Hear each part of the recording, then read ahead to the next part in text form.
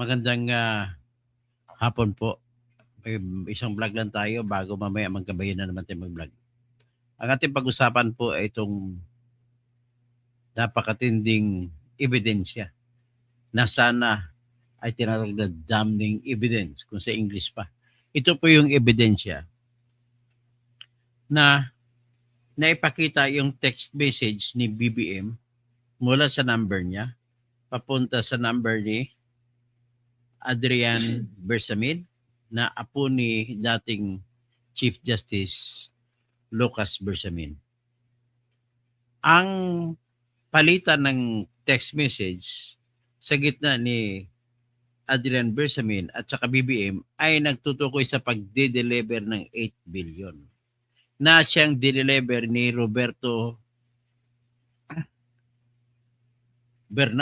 Yusek Roberto Bernardo doon sa Diamond Hotel at nagpalitan ng sasakyan, kinuha nila ni Adrian Bersamin ang sasakyan na may lamang 8 billion at binigay sa kay Pangulong.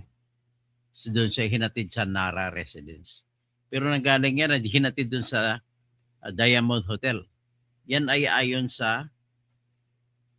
ayon po yan sa tinatawag na testimonya ni Roberto Bernardo sa loob ng Blue Ribbon Committee at ayon din po sa idudugtong mo dyan yung testimonya na nakuha ni batang Congressman Leandro Libeste na nakuha niya kay Yusek Adrian Bersamin. Si Yusek Adrian Bersamin po, bago umalis si Libeste papuntang abroad, ay pumunta kay Libeste. May dala siya kasamang mga abogado. At sa harap po ni Libeste ay pumirma ng sinumpang salaysay si Adrian Bersamin na kung saan ipinakita yung kopya ng text message, ng palitan nila ng text message ni BBM patungkol po sa paghatid ng tinatawag na 8 billion pesos. Yung 8 billion pesos po ay nagmula ito sa 100 billion na pinasingit ni BBM na pondo kay Saldico. At yung 100 billion na yan ay kinumpirma naman ni Saldico sa kanyang pinakita yung budget at mga papel, listahan. At kinumpirma naman ni Ping Lacson.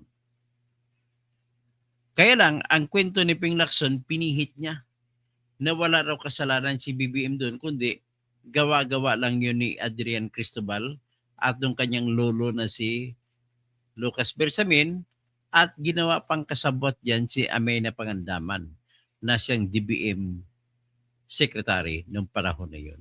So gusto nila palabasin ni Lacson na itong 100 billion ay gawa-gawa lamang nila ni Trigib Olivar, ni Adrian Bersamin, Yusek siya, at saka ni Lucas Bersamin at lulo niya, at yung si Secretary Amina Pangandaman na pinalabas kunwari na kay BBM yun, pero hindi kay BBM daw.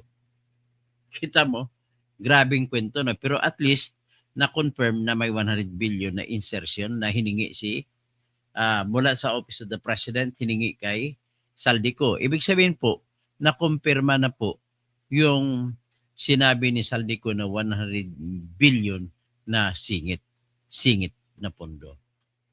At yung na-deliver naman, kinonfirma naman ni Yusek Bernardo na yung 8 billion na na-deliver doon sa Diamond Hotel. At yung 8 billion na ito ay iyan din ang kwento ni Yusek Adrian Bersamin sa kanyang sinumpang salaysay na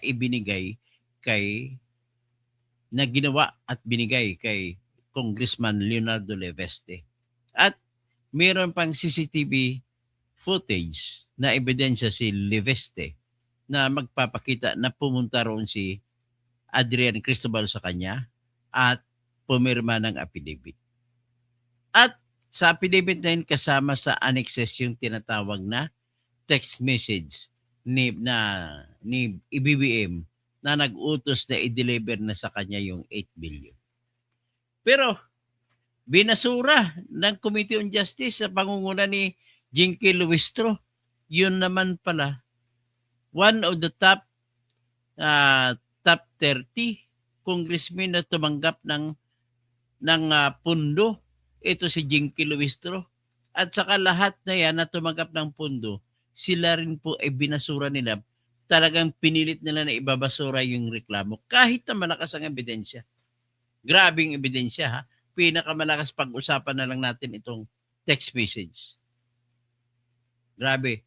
Tapos, bakit malakas? Kasi makukonfirma din ito kung ipasabpina yung Globe o Smart o dito kung saan man anumang number ginamit ni BBM para ibigay ang kopya ng message sa panahon na yun, sa petsa na yun. Grabe. Grabe. Grabe, hindi natin ang mga senador naman natin ngayon malamya. Tingnan mo naman ito. Walang magagawa eh. Tingnan mo to si Rapi Tulfo. Ang pinag-initan, ibang bagay, hindi man lang ito nagtutok sa flood control project na ito ang pinakamalaking problema natin sa lahat, flood control project.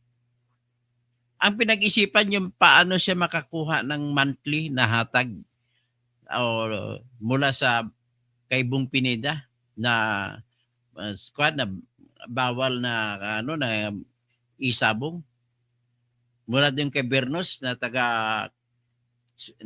na gambling lord sa Cordillera Administrative Region na taga Abra. Ito po ang sitwasyon natin ngayon. May mga senador kasi Erwin Tulfo, iba naman ang binabanatan niya kasi kung bakit ayaw ni Rapi Tulfo at ni Erwin Tulfo halongkatin ang flood control project kasi po ay number 1 dyan na nakipag-sawsaw na nagnakaw sa flood control project ay ang congressman ng AXI-IS. AXI-IS mismo kung saan congresswoman ng AXI-IS si Jocelyn Pua Tulfo. So kung congresswoman siya ng AXI-IS, sila nagkamkam ng mga, kung sa Pangasinan pa sila ang naggamgam ng mga flood control project. Grabe. So ngayon, hindi siyempre, pag magsalita si Erwin Tulfo laban dyan, parang sinipa niya sarili niya kasi si Erwin naman or Eric Sylvester Tulfo ay naging congressman din ng AXI-IS. So, dalawa sila. Ang isa si Ed Bikyap. Nag-resign na si Ed Bikyap nung last week sa pagiging congressman ng AXI-IS. Si Rapi Tulfo ay asawa ni Jocelyn Pua Tulfo na congresswoman ng AXI-IS. So, hindi mo ma-expect si Rapi Tulfo at si Erwin Tulfo na babanatan nila ang flood control projects. So, ibig sabihin ko, meron ka pong senador na gano'n, huwag nyo na pong ibuto si Rapi Tulfo kasi magpapaboto siya ngayon 2028. Dalawang bagay lang ang takbuhan ni Rapi Tulfo. Tatakbo siya na presidente o tatakbo siya na senador sa 2028. Huwag niyo po siyang iboto sa pagkasenador. Pakiusap lang po. Kasi lalong mawinang. Tsaka huwag niyo na ring iboto itong si Grace po. Pakiusap lang po. Ang kanyang anak na si Brian po ay pumapabor pa doon sa mga pagbabasura ng impeachment na reklamo laban kay BBM. Kahit na may ebidensya, sa maling paraan nila binasura. Marami pang iba. All right. Pakinggan muna natin, sariwain muna natin yung sinabi ni Jinky Luistro nung ini-sponsoran niya bilang chairman ng Committee on Justice ang pagbabasura ng impeachment laban kay BBM. Ito po, pakinggan natin yung tarantadang magnanakaw na babaeng ito. Yan. Walang ayuda kung wala si speaker. Walang ayud, walang AX, wala si speaker. Oh, hindi ko makuha-kuha yung tono na Batanggenyo eh. Pakinggan natin itong Batanggenya na magnanakaw din. Mas hindi siya kasing sama lang siya niya si Kwan. Edwin Gargiola na Batanggenyo, taga mataas na kahoy. It shall dismiss the complaint and submit its report as provided hereunder. Pursuant to the House Rules on Impeachment, the evaluation of a complaint necessarily involves the individual judgment and interpretation of House members, specifically the members of the Committee on Justice. Each member is empowered to assess the allegations based on their own appreciation of the facts, the grounds invoked, and the constitutional standards governing impeachment. Sufficiency in substance is not measured by the volume of bare allegations and annexes that are unsubstantiated by personal knowledge and authentic records. Madam Speaker, sa pagtukoy kung may sapat na substance, laging kinikilala ng Committee on Justice ang sound discretion ng bawat miyembro rooted in their individual appreciation of facts. In these two complaints, malinaw po ang naging desisyon ng Committee on Justice. The substance is insufficient. Sa De Jesus complaint, ang complaint ni De Jesus ay itinuturing na walang matibay na factual foundation. Matibay na walang factual foundation. Anong klase itong abogada ito? Kakasuhan ko nga ng disbarment. Based on the determination of this committee, it fails to meet the substance requirements for a proceeding as grave as impeachment. The complainant respectfully prays that this institution impeach the respondent for graft and corruption, culpable violation of the Constitution, and betrayal of public trust based on the following grounds. On the first ground, respondent violated the Constitution and betrayed public trust by surrendering former President Duterte to the ICC under the rules. Okay? Kaya na, klaro na yun. Wala na, hindi na natin dapat pagtalunan na talagang hinuli si Duterte. At hindi natin pagtalunan na totoo na wala kayong warrant of arrest galing sa lokal na korte. Ganun na po kasimple. At hindi natin mapagtalunan din na wala na si Duterte dito kung nandun na sa ICC. Allegations must be based on personal knowledge or authentic records. Meron naman yan kasi nagdeklara na si Attorney Andre De Jesus sa kanyang verification. Merely on hearsay. Mere disagreement with foreign policy is not an impeachable betrayal. So kaya ngayon, na pinapabagsak o winawater down ni Jinky Luistro yung paghuli at pagpadala na isang policy lang daw, policy dispute. So hindi daw yung impeachable ground. Jinky, tumingin ka sa mata ko. Ang ating konstitusyon nagsasabi sa Section 1, Article 3, no person shall be deprived of life, liberty, or property without due process of law, nor any person shall be denied the equal protection of the laws. Yan po sa English, pinakamataas na batas na karapatan yan sa ating bansa. Kung sa Tagalog pa po, sa Section 1, Article 3 ng ating Bill of Rights sa ating Constitution nagsasabi, walang sinumang tao ang matanggalan ng buhay. Ibig sabihin, matanggalan mo, papatayin. Walang taong papatayin o ikulong. At kung ikulong ka, hulihin ka muna. So walang taong pwedeng patayin, pwedeng aristuhin, at pwedeng kumpiskahin ang kanyang ari-arian nang walang proseso sa batas na ginawa. Let us talk about process of law. Jinky Luistro, abogada ka, nakapasa ka sa bar exam. Alam mo kung anong definition ng batas? Ano ba ang batas?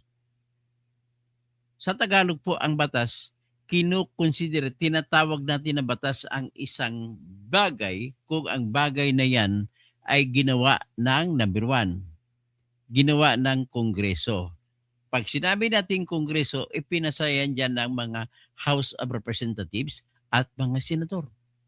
So pag pinasa nila, i-forward, pipirmahan ng presidente o di kaya i-veto niya. Pero kung ma-override ng 2/3 majority ang veto, ay magiging batas pa rin. So kapag pinirmahan ng presidente ang ginawa niyong panukalang batas, ay batas na ang tawag dyan. Tapos, ano ba ang mga batas? So, ibig sabihin, yan po ang batas. Yung ginawa sa Kongreso at pinirmahan ng presidente. Basic, basic. Ngayon, meron tayong tinatawag na incorporation clause sa ating Declaration of State Principles na nagsasabi ang mga international law na kung saan ay dapat obligado ang Pilipinas na sundin ay ini-incorporate na bilang batas na rin ng Pilipinas. Pero bago maging batas, kailangan yan ay treaty, international law, treaty kung sa gitna ng bansa pinagpirmahan. Maaring ang treaty ay sa gitna ng Pilipinas at isang bansa lang. Or sa gitna ng Pilipinas at marami pang ibang bansa. Ang pinag-usapan natin yung Rome Statute na siyang nagtayo ng International Criminal Court ay isang treaty na kung saan nilagdaan ito dapat noon ng Pilipinas at iba pang mga bansa.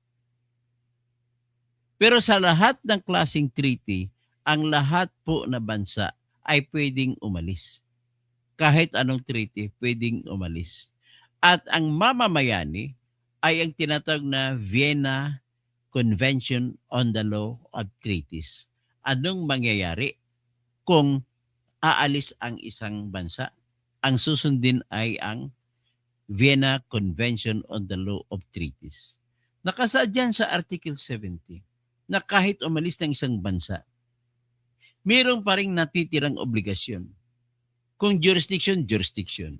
Kung konting obligasyon sa iba maliban sa jurisdiction, pwede pa rin to dapat gagawin ng bansang nag-alis.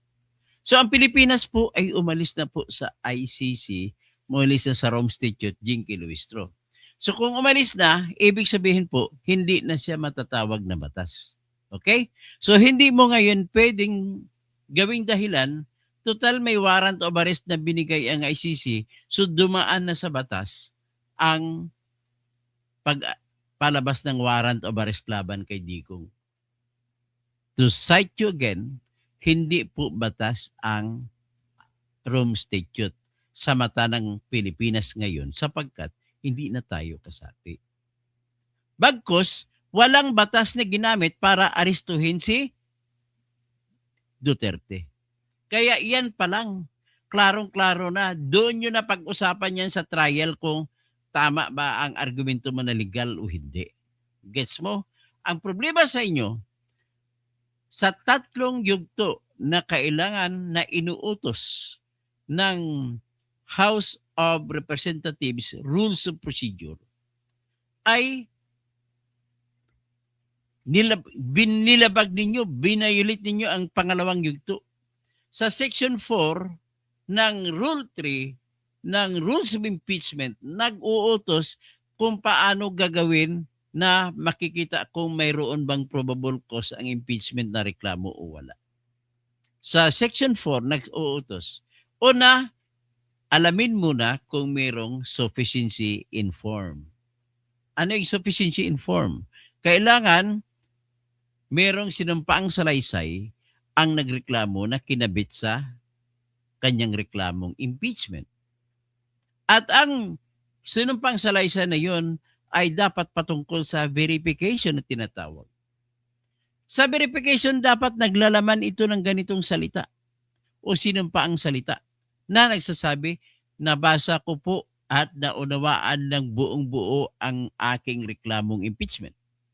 Kasunod yan ay magsasabi yung sumumpa na nagreklamo na sasabihin niya na ang lahat ng mga nakasaad o nakabanggit o nakasulat yan sa reklamong impeachment na aking ipinasa ay pawang galing sa personal kong alam at hango rin sa mga authentic na mga dokumento. Pagka napirmahan niya yan at ninotaryuhan, tapos na. Yan ang unang form na na-comply na, nasunod. Pangalawang form, requirement, ang tawag yung formal requirement, ay kailangan na endorso ng kahit isang congressman. So, na-endorso ba? Na-endorso po ang dalawang reklamo. Yung sinampa ni Attorney Andre De Jesus kasi ang pumirma na congressman na nag-endorso ay si Congressman Jet Nisay ng Pusong Pinoy Party List. Ang isang impeachment na reklamo naman po ay sinampa ng mga Makabayan Black. Inendorso ng Makabayan Black. Pero sinampa ito nila ni kaibigan ko na si Ted Casino, si Lisa Masa, si Attorney Nery Colmenares, si Renato Reyes, at saka iba pa. 36 sila na rin nagreklamo doon. So ito naman po ay notaryado. So, ibig sabihin, pumasa siya sa pagkanotaryo at ang kanilang verifikasyon na sinumpaan nila ay nagbabanggit din na nabasa nila ng buong buo ang reklamong impeachment nila at naunawaan din nila ng buong buo. At kasunod doon, nagbanggit din sila na yung mga nabanggit namin ay personal naming alam at ang iba naman ay hango mula sa official and authentic documents. Bagkus, pasado sa porma, at dagdagan pa ng endorsement ng 3 congressmen na si Congresswoman Sara Ilago, Congresswoman Attorney Rene Luisco, at saka si Congressman Antonio Tinio. So, sapat sa porma. Dalawang reklamo, sapat sa porma. Ayon naman, balik tayo sa utos ng House of Representatives Rules of Impeachment. Sa Rule 3, nagsasabi naman sa Section 5 na kailangan alamin kung sapat ba ang sustansya or sufficient in substance. May utos din yung Section 5 na yun para malaman mo kung may sustansya o may sufficient substance, kailangan lamang tingnan ang mga salita ng reklamo. Hindi muna hanapin ang ebidensya kung may ebidensya o wala para patunayan ang sinabi. Kailangan lang basahin mo na kung may sinabi siyang akusasyon. At kung lahat ng elemento ng akusasyon laban kay BBM ay sapat na para matanggal si BBM at yung lahat na yun ay nabanggit, pumasa na siya sa tinatawag na sufficiency in substance. So with that, nakikita mo, walang choice ang congressman na magbubuto na hindi nila tanggapin kung nabanggit yan. Ang problema, katotohanan na banggit po. Yung reklamo naman ni Jet Nisay na inendorso niya at yung reklamo na inendorso din nila ng Makabayan Congressmen ay sapat po sa pagbabanggit. O, pangalawang binanggit naman doon kay Attorney Andre De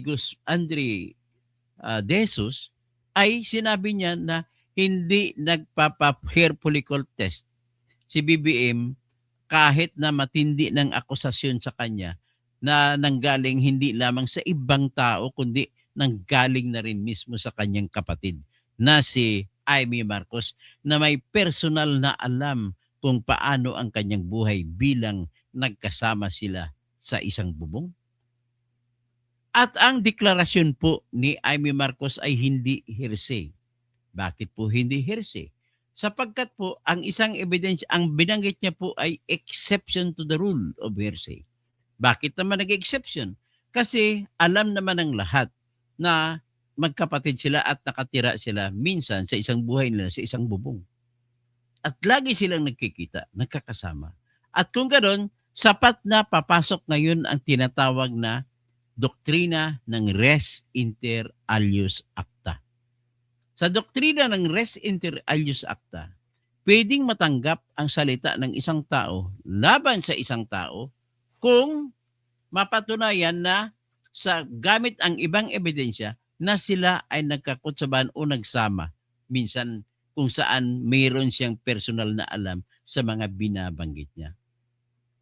So, ang magbibigay ngayon ng ebidensya na may personal na alam si Amy patungkol kay BBM ay yung bilang pagkakapatid nila na nagsasama sila noon sa isang bubong. So, sapat na ang ebidensya. Kung ebidensya hanapin mo. Pero binanggit po lahat yan sa reklamo ni Attorney Andre De Jesus. So kung binanggit yan, ibig sabihin sapat po ang sustansya kasi hindi naman natin hanapin kung may ebidensya o wala. Yung ebidensya na yan, doon pa yan papatungo sa pangatlong yugto sa Section 6. So ngayon, nevertheless, punta tayo ngayon sa Makabayan Congressmen ng mga reklamo. Ang reklamo naman ng Makabayan Congressmen ay nagtutok doon sa pagnanakaw sa flood control. Ang binanggit ng reklamo ng mga Lisa Masa et al. Na inendorso ng Makabayan Congressmen ay nagbabanggit po ng mga detalye na akusasyon laban kay BBM na siya ay nagnakaw ng pundo mula sa flood control project at binanggit doon ang specific na detalye na ito ay mapatunayan, yung pagnanakaw ni BBM ay mapapatunayan, una, sa pamamagitan ng testimonya ni Saldico na nagpakita ng mga mali-malitang pera na dineliver. Number 2, ito ay mapatunayan sapagkat merong text message na palitan ng text sa gitna ni Yusek Adrian Bersamin at ni BBM na tungkol sa pagdi-deliver ng 8 billion. Nang 8 billion na yon ay maihahambing mo ngayon doon sa testimonya naman na hindi pa na authenticate yung sinabi ni Saldico, pati sa maleta, pati yung mga papel ng 100 billion ng insertion. Kung isama mo yan, isama mo doon sa text messages na pinanumpaan ni Adrian Bersamin at binigay niya ang sinumpang salaysay kay Congressman Libeste kaya tumakbo si Congressman Libeste sa labas ng bansa, ay sapat na ang kwento. Hindi pa natin hinahanap ang ebidensya. Kwento pa lang muna ng akusasyon. Kung akusasyon na yan, kung mapatunayan yan, ay sapat na para matanggal si Bongbong Marcos. Let me remind you again, Miss Jinky Luistro, na wala pong choice, walang discretion, walang choice ang mga congressmen na ibasura ang reklamo sapagkat on the face itself, sa harap, sa mukha pa lamang ng reklamo ay klarong-klaro, walang contest. Klarong-klaro na nabanggit ang lahat ng elemento ng mga detalye para sapat na matanggal o ma-impeach si BBM. And yet, bumuto kayo ng kontra. Ibig po sabihin yan, ay pwedeng dalhin yan sa Supreme Court para i-challenge na naman, i-deklara na naman yan null and void. So next, ano pa bang iba? Kahit dyan na lang tayo magtututok. Patuloy, pakinggan natin si Jinky Luistro at mamaya ipakita natin kung sino siya. Impeachment is one of our gravest constitutional mechanisms and cannot be triggered by policy disputes. There is no overt act attributable to the president with respect to the arrest and alleged kidnapping of the former president. There is likewise no factual basis with respect to the allegation that the President surrendered the former President to a foreign tribunal and disregarded domestic legal processes. The complaint fails to identify a specific act constituting an abuse of power, nor does it state with particularity what the President did, when it occurred, or through what instrument it was committed. As noted by the late Father Joaquin Bernas, a betrayal of public trust must be of such a nature as to strike at the very heart of the government. On the second ground, respondent is unfit to serve as president due to alleged drug addiction. As noted during the meetings, these allegations are merely hearsay. The complaint relies almost entirely on a statement of a family member unsupported by any affidavit, sworn testimony, or verified record. Nakalimutan ni Jinky Luistro ang batas ng res inter alios acta o sadya niyang sinantabi kasi hindi convenient sa kanyang paggamit. Rendering its probative value non-existent. Ha! Kabubo mo! Bumalik ka sa law school. Nowhere does the complainant claim personal knowledge Ha! Nag-claim! Nag-personal na rin, narinig niya. Yan ang personal knowledge. Tabuang mo, bubo ka talaga. of these accusations, nor did he exert any effort to verify the truth before the filing. Tarantada ka talaga. Hindi yan kailangan pa sa pangalawang dito. Doon yun na sa evidensyary face ninyo, titingnan yan. Bubo ka talaga. Kahit ang ating mga kasamahan sa komite ay binigyan Kasamahan nyo na puro mga kargado. Talagang takot sila kaya tama na ito. I-proceed na tayo sa isa. Palit-ulitan tayo dyan kay Jinky Luistro. Ay, kawatan talaga ng babaeng ito. Tingnan mo, isa sa top 30 na congressman, si Luistro na magnanakaw na binigyan ng pera ni BBM at saka ni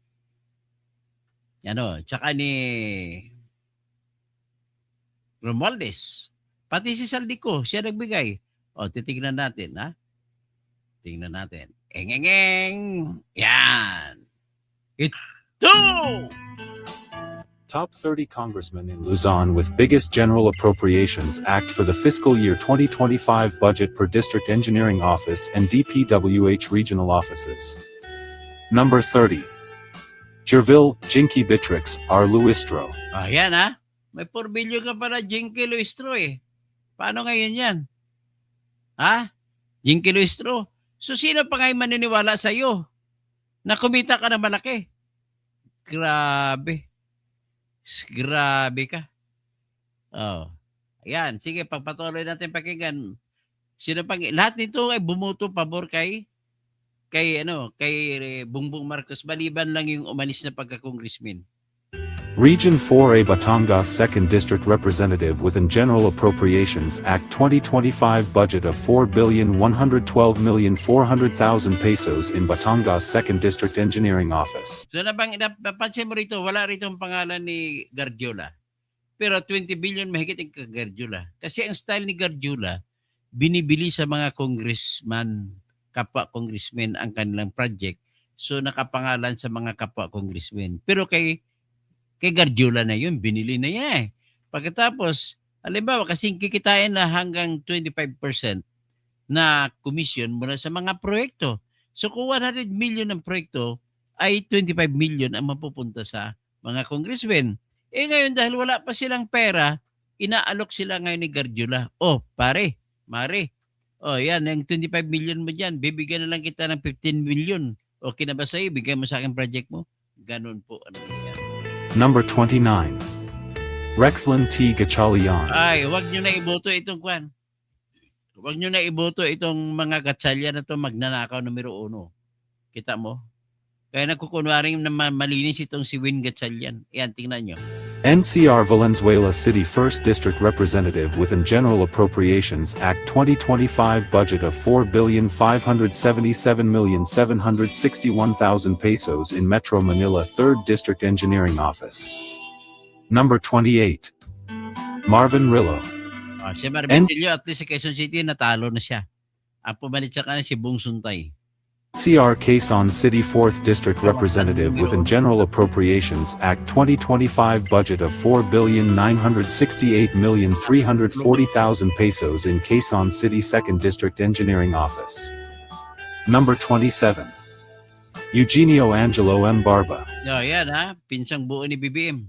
Eugene Angelo M. Barba. Eugene Angelo Marcos Barba. 2nd District ng Ilocos Norte. Region 1 Ilocos Norte 2nd District Representative within General Appropriations Act 2025 budget of 5,007,500,000 pesos in Ilocos Norte 2nd District Engineering Office. Number 26. Dante S. Garcia. O yan ha, Region 1. Mga kapartner ni Paulo Ortega to. La Union, 2nd District, 5 billion. La Union 2nd District Representative within General Appropriations Act 2025 budget of 5,063,500,000 pesos in La Union 2nd District Engineering Office. Number 25. Noel Bong N. Rivera. Ayan, si Noel Rivera sa Tarlac, 3rd District. Kaaway ni Pyra Lucas ito. Yan ha. Region. Kape rin ito ni Villanueva. Na Mayor Villanueva sa Kapas ba siya? O sa Bamban? O sa Concepcion? Concepcion.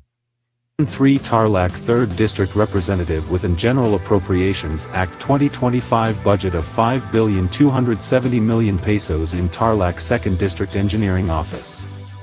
Number 24. Keith Micah, Attorney Mike D. Tan. Attorney Mike Tan ha. Kano ito ni yung kawatan na gobernadora ng Quezon Province? Yan, siguro kapatid niya ito. At yan, hindi kapatid ni Kwan.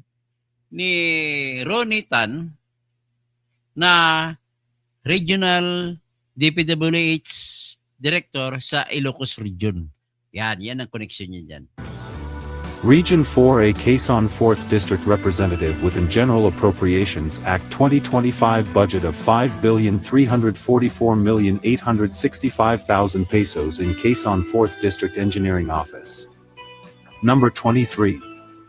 Faustino Inano, a DY the 5th. Isabela naman ito, matindi naman ito. Kamsat, dami mo pera, Kamsat Sabi mo lang kay BBM, agyamanak. Sabi ng mga tao, kinanam. Region 2 Isabela 6th District Representative within General Appropriations Act 2025 budget of 5,368,919,000 pesos in Isabela 4th District Engineering Office. Number 22. Rosemary Panotes. Rosemary, hindi Rosalie. Rosemary Panotes. Camarines 2nd District, 5,653,000,000. Grabe. Region 5 Camarines Norte 2nd District Representative within General Appropriations Act 2025 budget of 5 billion. Resulta ito ng bakit nagsalakayan? Kasi resulta ito ng BBM parametric formula. Yung baseline, balanced, and managed na alokasyon. 653,291,000 pesos in Camarines Norte Sub-District Engineering Office. Number 21. Lienda B. Balilia. Region 4A Batangas 4th District Representative within General Appropriations Act 2025 budget of 6,040,500,000 pesos in Batangas 4th District Engineering Office. Number 20. Manuel Wowo L. Fortes Jr. Region 5 Sorsogon 2nd District Representative within General Appropriations Act 2025 budget of 6,410,386,000 pesos in Sorsogon 2nd District Engineering Office. Number 19. Ambrosio C. Cruz Jr., Region 3 Bulacan 5th District Representative within General Appropriations Act. Sabi na itong isa si BMB, hindi ka nang pakilala kung sino ka. BMB Lucy, foul words daw sa iyo, sa akin, foul words. O saan ang mas masama? Foul words ko sa kanila, natawagin ko silang kawatan, o yung katotohanan ng pangangawat nila, ha? 2025 budget of 6,456,060,000 pesos in Bulacan 1st District Engineering Office. Number 18. Danilo Danny Dad A Domingo, Ha, isa pa itong Region kawatan, no? Congresswoman nila ni Mers.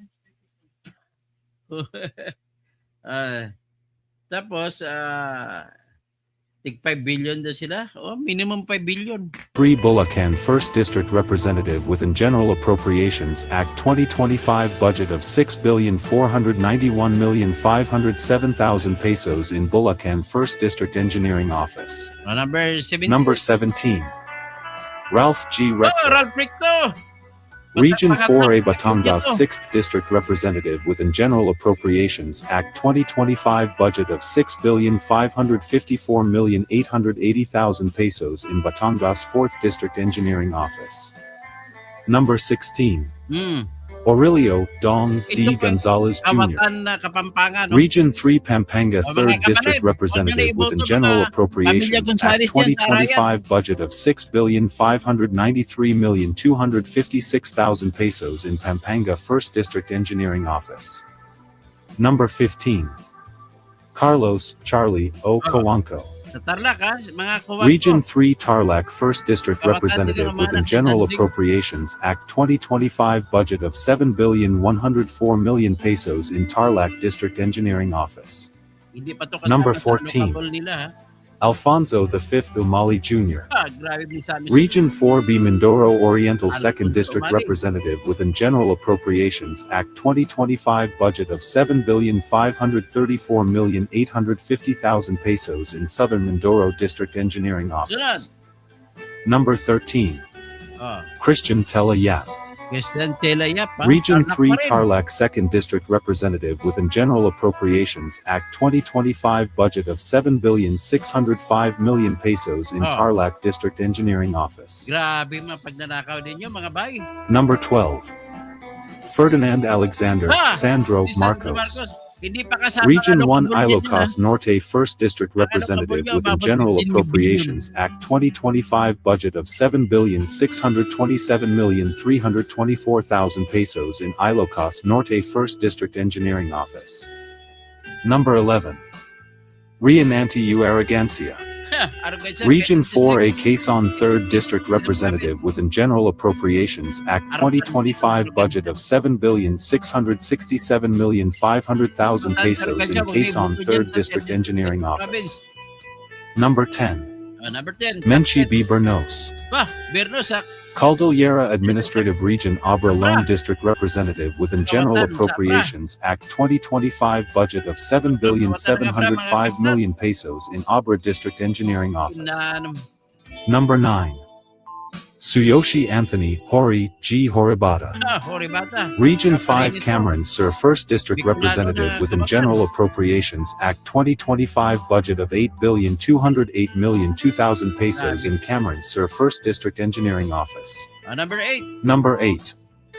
Wilfredo Mark M. Inverga, Taga Quezon. Region 4A Quezon 1st District Representative within General Appropriations Act 2025 budget of 8,556,913,000 pesos in Quezon 1st District Engineering Office.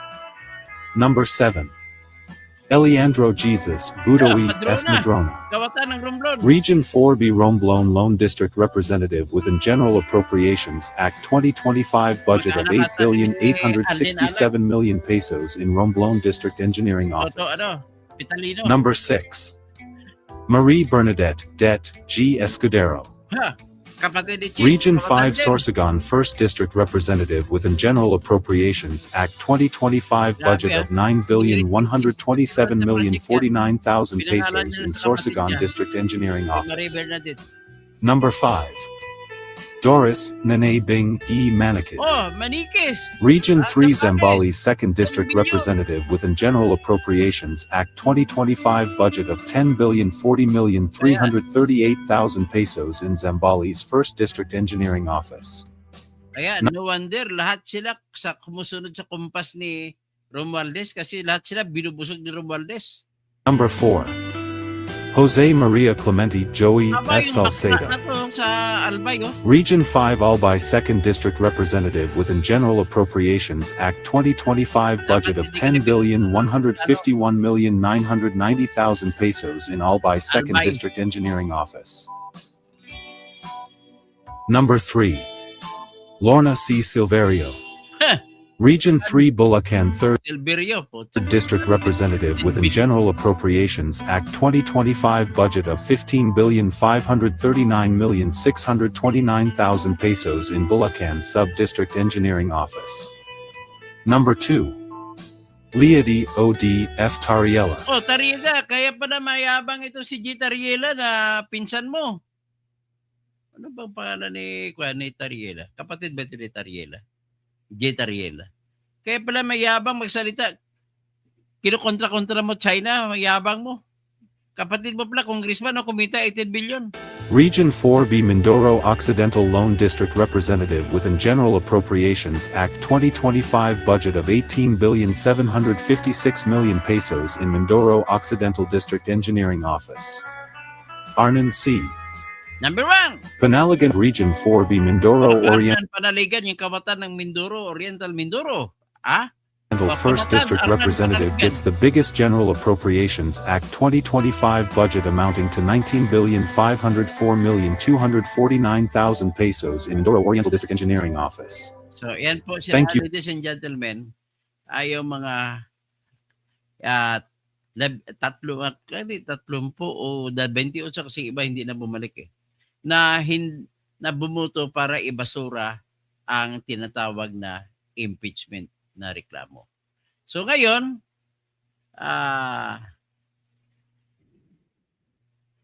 puntahan naman natin siguro yung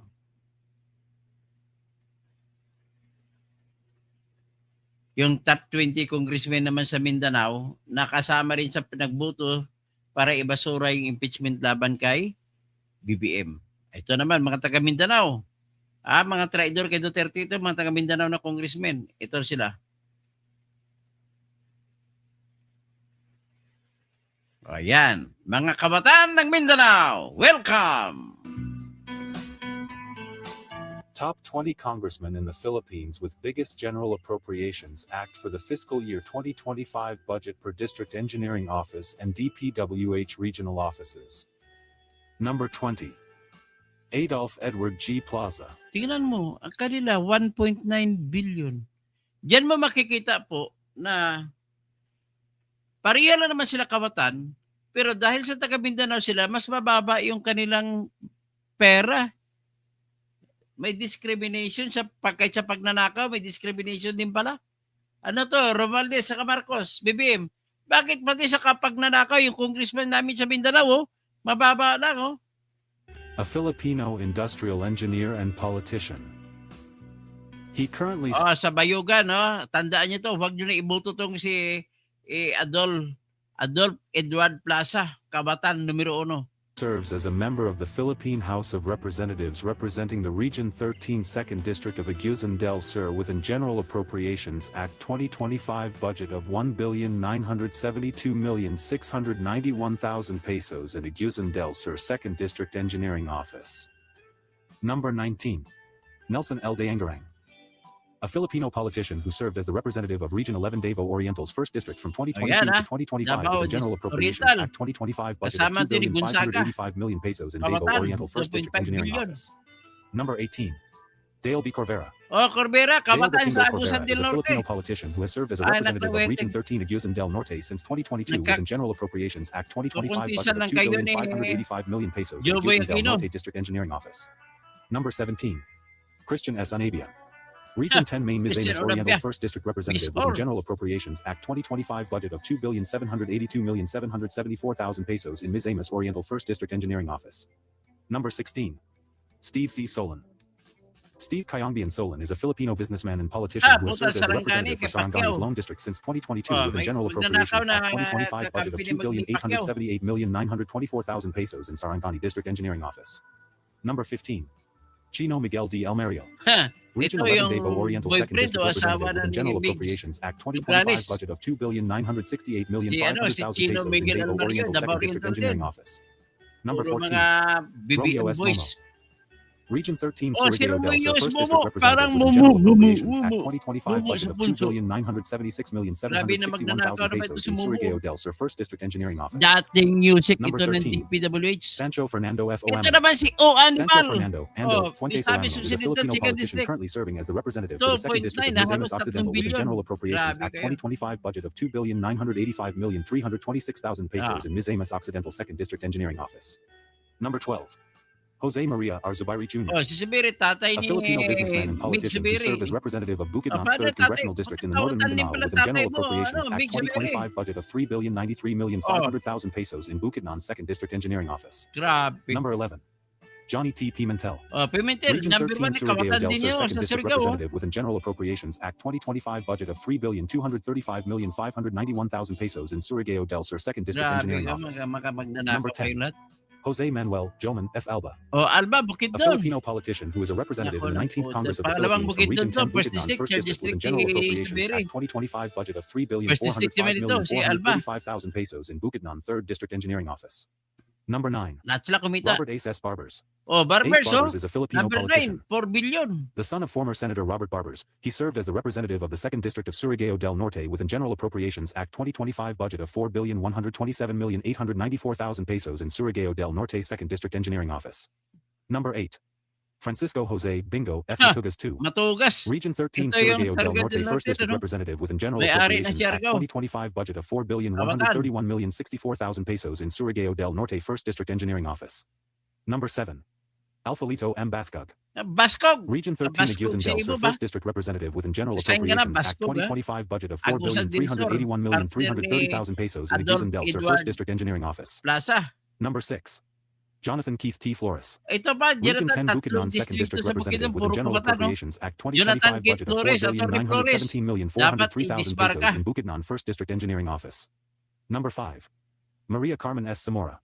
Oh, Is si a Filipino Zamora naman, politician itong who is a member tatay of niya, the House of nagbibisikleta Representatives lang from Davao noon. de Oro 1st Ngayon District siya, with a General napapag-control. Appropriations Act 2025 budget of 5,121,930,000 pesos in Davao de Davao de Oro, Oro yung 2nd mga District sakop Engineering ni, Office. ano, Number 4. sakop Jose ni Lagdameo. Joboy S. Aquino II. Ito si Region Joboy 13 Aquino, Agusan del kapag Norte anak 1st na ng District mga Aquino sa Representative with a Tarlac. General Appropriations Act Pero kawatan 2025 sa budget of Agusan del Norte, oh. 5,415,763,000 First District, pesos sa in Butang-Butuan Butuan City City to. District Engineering Office. Number 3. John Tracy F. Cagas. Oh, A si Filipino Kakas. politician and lawyer who is currently Ito serving yung as isa congressman of the sa Lone District of Davao del Sur with pumatay a kay General Dudong Appropriations Bukol. Act 2025 budget of 5,456,127,000 Siya pesos in tinuturo Davao na del Sur isa District person of Engineering interest Office. sa pagpatay kay Number 2. Kapitan Dudong Yevgeny Bukol Vincente Bambi B. ng Emano. Digos. A Filipino politician serving Oh, as the si representative Emano. of Misamis Oriental Misamis 2nd District Oriental. since 2022 with a Grabe, General mga Appropriations kawatan, mga Act Emano. 2025 budget of 6,046,500,000 pesos in Misamis Oh, Oriental number 2nd 1 District sa Engineering Mindanao Office. na mga kabataan. Alan Sino? Arcajali. A Filipino Ayun, si politician and public Johale. servant from Davao del Norte Ilunggo served as the ng Davao representative del of the Norte, 2nd ah. Congressional District of Davao del Kabatan Norte in numero the uno. Philippine House of Representatives from 2019 to Kasi 2025 as the kayo ay biggest General mga kakampi Appropriations na ni, tinatawag, kakampi na kayo ni Anton Lagdameo tsaka ni Florindo. Kaya kayo nagnanakaw ng ganong kalaki. Ladies and gentlemen, ano pa magagawa natin? Yan po, babasahin ko na lang iba siguro. Ha? So, idol kita, Doc. Pasyataan po si Jing Arcalura, Brent Santos, magandang gabi, magandang hapon.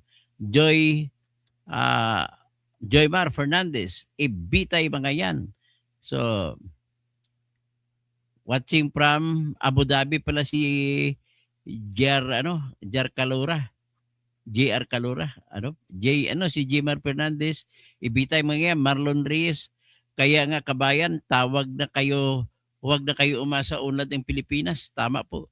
Oblok Consuec, galit ka ba sa magnanakaw ng buhok? Ito, ban ka kasi troll ka. Ban. Ang mga troll sa akin, binaban ko Ban, hindi ka na makapagpasok. Tayo, Marlon Reyes, tapos si Ben Maruerto. Plaza yan. Paanong hindi ibabato. Alam mo rin pala ba yung dynasty ng Aragusa, no? So, Juan Domingo, dapat gabaan kayong lahat sa paghirap sa Pilipino. Tapos si Rapi Tolpo, may weekly tungpats yan sa mga police commander sa Metro Manila sa lahat illegal gambling and other illegal activities na sa media pa yan, kurap ang taong yan. Sobrang kurap yan. Kada ko sa iyo dyan. Conforme ako sa iyo dyan. Evil. Sabi nga ni Sara, sisiraan ko lahat ng kalaban ko kahit hindi totoo, importante, basta masiraan ko kayo. Ano ba pinasabi mo? Hindi maintindihan ang kwento mo. Sisiraan mo, kaibigan mo. Parang, sige, ayusin mo nga, magbagit ka pa ulit. Hello, doktor, sabi ni RDTV. Si Rex Mangawang, dapat pala ikaw ang nakaupo, magaling ka sa pag-informal at dami ninyo alam sa report nyo. Agad at may result. Magaling na kayo, mahusay. Salamat po. Kung gano'n, dapat, hindi naman tayo mananalo kasi wala tayong pera. Ben Marwerto, magkano ang budget ng congressman nyo kay Kadudong? Wala po ang budget sa akin na Ben Marwerto. Ikaw talaga, parang isa kang ilang beses sa sinasabi na puro kabubuhan, wala kang pundasyon. Roland Catedrilla, kawatan ng bilyones ang kinawat nila. Tama, Roland, no? Kung makita ko ang pangalan mo, naadumduman ko din ng imo nga paryente nga grabe nga the greatest composer of Coronadal, South Cotabato. Si Alex Catedrilla, yung nag-compose ng Ikakasal Ka Na. Niel SK, saan pa kami maniwala? Okay. Ben Marvito, bakit walang mga, pinakita ko na taga Mindanao Ariel Servito, halos lahat pala yan, kawatan. Sinabi, yes, kawatan, lahat sila, lahatin mo na, wala akong tinatabi dyan. So, Black Mamba, huwag kayo maniwala dito, walang ebidensya yan. Ganun ba? Out ka na, out. So, Shensha, si Rapi Tolpo ba, weekly nabasa ko na pala yan. Si Ebol Alif, sabi nga ni Sara, sisiraan ko lahat ng kalaban ko kahit hindi totoo, importante. Out ito, out. Out, ban ka na. Tapos, sino pa?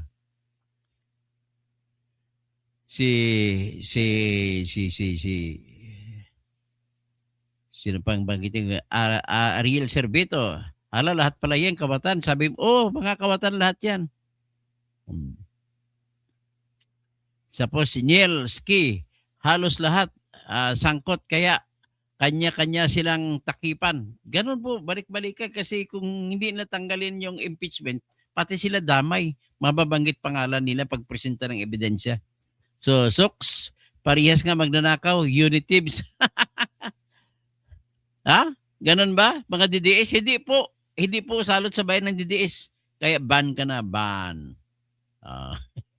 Elizabeth Jan Linsangan, salamat po sa iyong palipad. Palipad naman kayo kung meron kayo sobra sa super sticker. Tapos mag-like kayo lagi. Tapos tulungan nyo ako. Mag-subscribe kayo sa aking YouTube. Hindi subscribe, kundi mag-member kayo sa aking YouTube channel. Tatamaan din sila ng karma. Tama po yan. Nonato Perez. Niel Skay, iboto nyo kahit kung di kayo nadala. Okay, Niel Skay, tig 5 billion pala. Diyan mo makita kahit sa nakawan merong racial discrimination Ang mga Bisaya kukunti lang binibigay sa pagnanakaw. Ang mga hindi Bisaya, mga Taga-Luzon, sila, minimum lang, pinakamababa si Jinky Luistro. Ben Marwerte, 284 votes, kahit Mindanawan, DDS, congressman, nag-vote ng yes. Wala kasi sinasabi DDS. Ikaw talaga, bubo mo talaga, Ben Marwerte. Leonard Mapa, gayod ang mga Pilipino. Sino pang makagawa at maayos sa bansa? Pinagtulungan, self-centered lang talaga, walang pagmamahal ng mga mamamayan. Romel Bingson, Dr. Toto, umiwas talaga nila na makapaglabas ng ebidensya ang mga complaints kaya pinatay na agad. Tama po kayo, Romel Bingson, Kapsat. Helen Baguio, kaya nga ang daming ning-ning ng mga abogado kasi ito ang pasimuno. Tama ka. Annabel Alcantara, grabe pala, 4 billion. Dennis Causing, kapatid ko. Annabel Alcantara, mga kasamahang bayad kasama ka na, Luistro. bayad ka na, Luistro. VB, followers ka, ambit sa'yo. Ay, walang problema yan ng followers. Magnanakaw, simple lang yan, hindi followers yan. Jenny Bumagat, hello po, attorney. Oy, Jenny, si Roper, kumusta? Romel Bingson, Naimbag Amalim, Bats Olivares, nga, Akupal. Hindi ko maintindihan ang ibig sabihin. Mercy Bernal, lahat ng number ngayon naka-register na. Okay, tama po kayo. Dante Olino, good afternoon po. Katuto, may sabwatan talaga. Talagang yung sabwatan. Tapos si Dante Olino, good afternoon. Katuto, may sabwatan. Okay? Ronald Dalansi, Luistro, isa sa mga lady crooks ng house. Kaya lagi na sinusuot na chinelas, crooks. Ben Marwerte, yung sinabi ni Sinay niya, kailangan pa yun. Hindi na! Wag notaryo. Ang problema kasi, Ben Marwerte, huwag kang magkwento ng hindi mo alam. Maylin Oanos, in fairness kay ay may malaking sakripisyo sa kanya yung ginawa niya. Siyempre, kaya dapat paniwalaan natin yun. Mercy Bernal, madali lang naman yan, di i-verify sa telecommunications. Helen, ang problema kasi binasura na Mercy Bernal. Ang problema natin, binasura lang impeachment. Kaya ano na maasahan natin? Wala na. Marlon Reyes, people power na lang ang solusyon, Katoto. Talaga, join na lang kayo sa February 25 na people power. At isisipain na natin ang mga putsang ina nila. Mga walang credibility, mga member ng Crocodile. Tama po kayo. Renan 12, hi. Tapos Bung Ubaldo, tigilan mo na yung kalokohan na yan sa Kongreso, puro naman kayo aso. Ben Marwerte, Mauro Lingan, sige attorney, tuluyan ang kasuhan ng mga disbarment. Lahat ng abogado po ay kakasuhan ko ng disbarment mga yan. Diyan sa mga bumuto. Siya ba yung umamin, tinago niya asawa niya? O siya po yung umamin na tinago niya asawa niya. Isagani Estrera, wala talaga lihim na di mabubunyag. Tama po kayo. Tapos Ibon Castiva, agod-agod gali. Legion Salon, wala ngayon si Tolpo pero zero vote na yan dito sa Visayas at Mindanao. Tapos Crazy, Jal na Proxidio Senior, sa 28 na lalabas lahat ng ebidensya laban kay BBM. Misaya Silagan, 2, takbo ka, Senador. Tignan natin kung tatakbo tayo hindi. Misaya Silagan, 2, kahit magpatulong ka sa yawa at Panginoon ang kakamping at loyalista, hindi makatalo. Ano bang mga kwento mo? Mga hindi maintindihan? Ayusin mo naman kwento ka. Argo Hello Host, Julieta Tiborcio, good morning from Edmonton, Alberta. Okay, hanggang dyan na lang, no? At maraming salamat po sa lahat. At mag-isang oras na tayo, Elizabeth Linsangan, maraming salamat po. So, Enilyn Marbella, gandang hapon po. Ben Marwerte, congressman nyo, kung saan lugar kabasahin mo ngayon? Wala, hindi nakalagay congressman namin dito. Okay? Si Sebastian Guevara, pakibasa po, shout out po sa Ancla family sa Butuan City. Oy, mga taga-kan, Ancla family diha sa Butuan, kumusta kamo diha? Si Tata Likop, o sino pa? Si para Buelban. Sino pa diyan ang mga kaibigan ko? Lopilya Gogo, bakit walang alam si Tulfo sa flood control? Ano mali? Wala lang kunwari. Raimondo Kalang, ganun pala kalaki ang perang nasasayang ng ating bayan. Napunta na lang sa mga politikong kawatan. Tama po yan. Jar Sira Kalura, Mao gani, Tatak Bisaya Katadok. Okay. Tapos Julia Attorney Godepo, Herberto Filomen, Herberto Filimon, Indiapi, snap election. Danny TV Dr. Toto sa Region 8 naman kasi grabe, lubak-lubak doon. Tingnan natin sa mga waray-waray region. Elizabeth Lansangan, messenger po ninyo, yung nakalagay doon. Maraming salamat po kasi katotohanan ang mga pinaglalaban po ninyo. Salamat po, Elizabeth. Ronaldo Gabon, bugok gago chat, madali lang mag-chat. Pinalulukon na Neil, dami talagang tanga sa DDS. Ay hindi po, DDS ako eh. Tanga ba ako? Ngayon, pag dahil sa ganun sinabi mo, mas maganda pa tanggalin na lang kita. Inday para sa tagumpay kay Kumaro, Edgardo Puno. Kaya pala malakas kang pumusta sa sabong ang asawa ng congressman. Malaki pa. Yun, natumbok mo. Fernando Caballa sa maalinsang si Super Yabang ang nagpapabagsak ng Pinas. Hanggang ngayon, tulog kapag gising. Elizabeth Lensangan, Sir, pasensya na po kayo. Gabi na dito. Importante po yun. Salamat po. Edgardo Puno, takbo ka ulit, idol. Bubuto kita dito. Salamat po. Salamat po. Gloria Pinol, ano na katanga si PBM mag-text. Oy, gano'n. Totoo yan. Nag-text talaga eh. Wala tayong magagawa. Nag-text eh. Ano Marie, siyempre, akala niya ay forever na kanyang pagkatiwalaan yung si Adrian Bersamin. So, buong day, mabuhay lahat ng DDS. Dante Gorgonyo. Pa-shoutout, boss, Toto, from Bohol. Oh, mga taga-Bojol, maadyong hapon. Okay, hanggang dyan lang tayo. Maraming salamat.